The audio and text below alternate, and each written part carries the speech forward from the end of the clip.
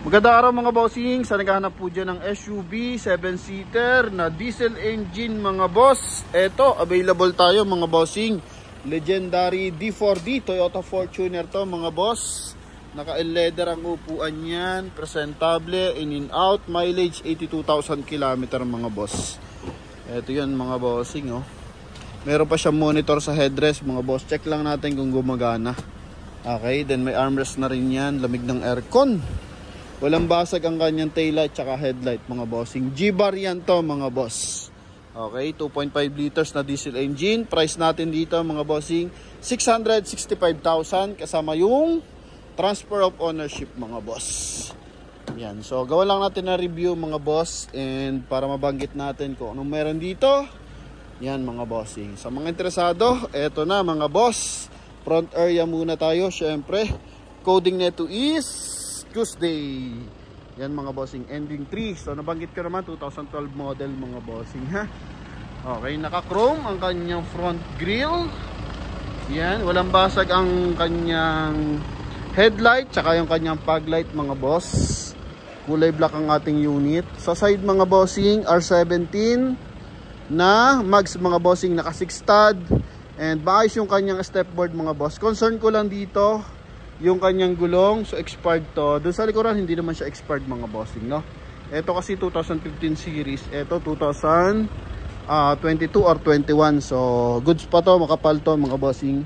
Teramax stars. Yan mga bossing. Dito Goodyear. Kaso 2015 pa to mga bossing, no? Yan. So makapal pa mga boss, yun lang, expired lang siya mga bossing. So para sa mga maglo-long drive kailangan palitan yan. Kaya request na lang natin mga boss, para at least maka-discount pa tayo pambili ng goma mga bossing, ano? Yan, so dineclare lang natin for transparent transaction. May signal light sa kanyang side mirror, chrome on door opener natin dito mga bossing ha. Door handle pala, sorry. Then meron siyang roof rail. So ito mga bossing, kararating lang, so wala pang detail yan mga boss, pero makintab na. And mas kikintab pa yan mga boss kapag napa-detail natin in and out. So ito, yung loob niyan mga bossing. So maayos lang pagkakagamit ng unang may-ari mga boss. Kaya ito maayos. Okay, malinis ang unit mga boss. Naka-leather ang upuan, automatic transmission, naka 2-din audio system. Mileage is 82,564. Check lang natin yung kanyang mga power window mga boss. Yan. Okay, so power fold ang ating side mirror.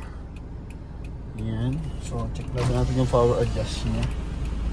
Right muna tayo. Yun mga boss. Yun sa left. Okay, sa left mga boss. Oh, hindi nakapindot. Aha, goods. Gumagalaw mga boss pero mabagal, no? Diyan muna natin mga bossing. Ayaw. So pa-check natin tong isang to mga boss. Okay. Ayun, okay na mga bossing. Alright. All goods mga boss. Yun. Kailangan lang ibaon lang ito namang maigi. Then dito wood accent mga boss. Chrome on door opener.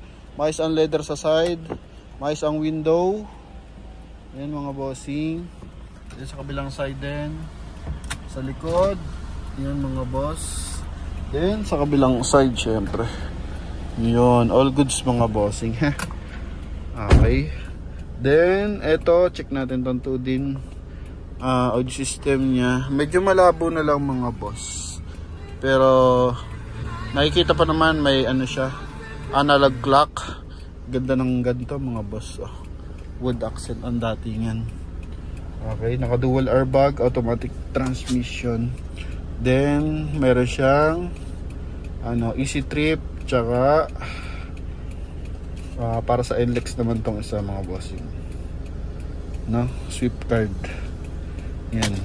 Tapos dito mga bossing, meron siyang on and off ng cooler sa likod, no, ng aircon. So if ever na gusto natin patayin yung aircon sa likod, mag-isa lang tayo, pwede naman. Tapos reverse parking sensor, if ever na gusto rin natin patayin, pwede rin mga boss. Automatic climate control mga boss. Check natin busina.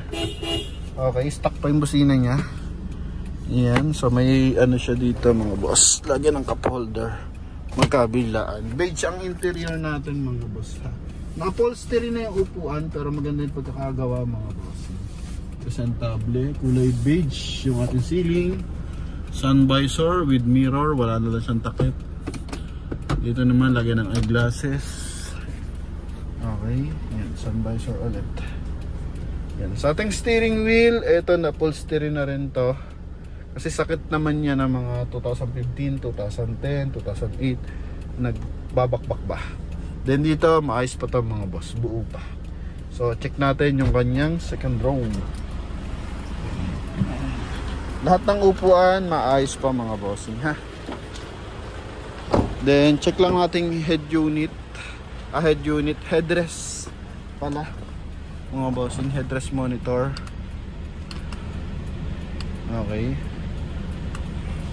Dito may ilaw pa naman siya mga bossing. Sa kabila baka display na lang to, ano? So wala na mga boss, wala na, display na lang to mga bossing. Wala na, display na lang. Okay, hindi na siya nagpa-function. Dapat lumalakas yung ano niya mga boss, sounds niya dito, music. Wala na. Okay, so okay lang mga boss. Dun sa aircon, nasa taas na yan, nasa ceiling na yan. Ito yung kanyang trunk compartment. Then naging 7-seat tab din siya. Yung ating armrest, yun. Okay, so may mga minor concern pero mga minor lang naman mga boss. 100% hindi ito binaha. Yan, sa ating taillight maayos mga boss. Okay. Then sa ating hydraulic maayos mga bossing. Okay, papalinis natin to para pumusyaw-pusyaw yung kulay mga boss, no? Yan. Then dito mas naman yung kanyang mga lower mga bossing. Ha? All cleared naman. G-bar yan.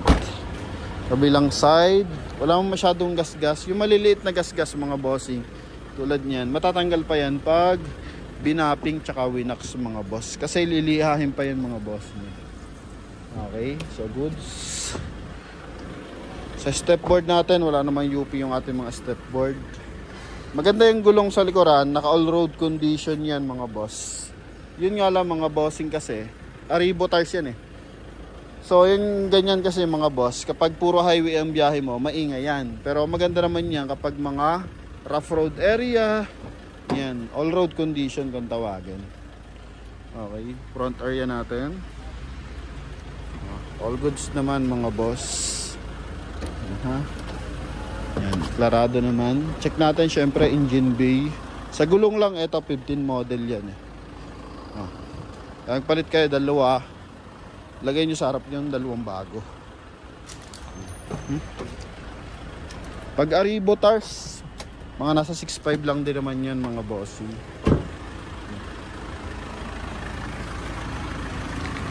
Open natin ang engine bay. Ganda dito mga boss, kitang kita kasi ang panel ng Fortuner. Pag may mga UP mga boss, kitang kita agad yun. So, buong buo yan mga bossing ha. Ganda ang timing ng makina. Motolite Gold mga boss ang gamit natin baterya. Buo ang insulator. Yan, ganda ng timing yan mga boss. Walang basag ang mga panel mga boss. Okay. Yan, kabito ng mga headlight, bulat yan mga boss. Walang mga tagas-tagas mga boss. Maganda kapag ganitong hindi pa nalilinis, nakikita mo kung may mga leakage, may mga bakas, yun mga bossing. Pero ito, maayos mga bossing. Pero sa mga gusto magpadala ng mekaniko, pwede pa rin mga boss. Tawag lang sa ating contact number na nasa screen para sa lahat na interesado. Maganda kasi dito sa Fortuner, so high ground clearance yan. Tulad ngayon, paulan-ulan yung panahon. Okay, pang long drive. So kailangan mo lang i-cleared talaga dyan. Mga gulong, preno, tapos every 5,000 palit ka ng langis. At matagal na matagal mo pa itong magagamit mga bossing, no? Yun, so sa mga interesado, tawag na sa ating contact number na nasa screen. Connected siya ng Viber and WhatsApp. So itong isang mga bossing, possible na laglagan to ng bulb na mainit. Yan o. Kasi na siya namuti. Okay, nabakbak yung kanyang chrome sa loob mga bossing. So possible na laglagan niya ng bulb na mainit pa, kaya naluto mga boss. So yun lang naman, minor lang yun, sobrang ka-minor lang nun mga boss. Okay, kaya sa mga interesado, so tawag na mga bossing para sa ating Toyota Fortuner 2012 model mga boss, sa halagang 665 mga bossing. So mamali pa tayong presyo ha, 665 kasama yung transfer of ownership. Thank you.